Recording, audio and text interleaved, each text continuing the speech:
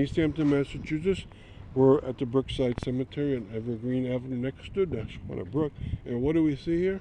We see a WPA, which Progress Administration development. And it's a maintenance building for the cemetery itself, made in 1935.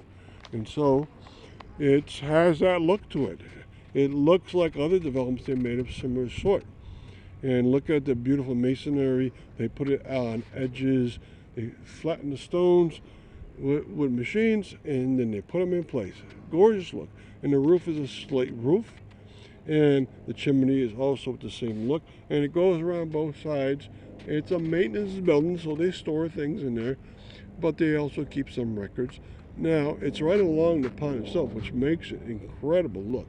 And there's hardly any gravestones along here, so they try to make it so that the people can still come here and enjoy it as a garden-style cemetery. And so this fits into that theme greatly. Now, Easthampton does have a Community Preservation Act grant, and I wish they used some of their money to fix this up, because you can see in a few places the chimney especially, but then below some of the windows and also the arches that go especially to the left, you can see that it's coming apart there.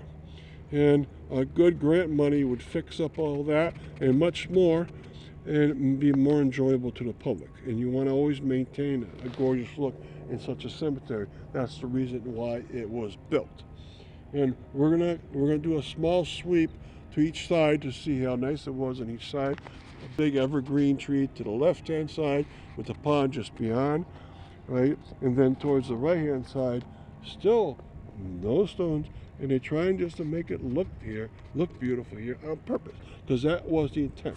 Not to have just a cemetery, but a garden-style cemetery where people can enjoy the scenery as much as they possibly can. All right, and the trees continue. And so, if you want to come here, enjoy, great. But I think next year, the year 2025, I'm going to have a tour here. So this will be one of our highlights.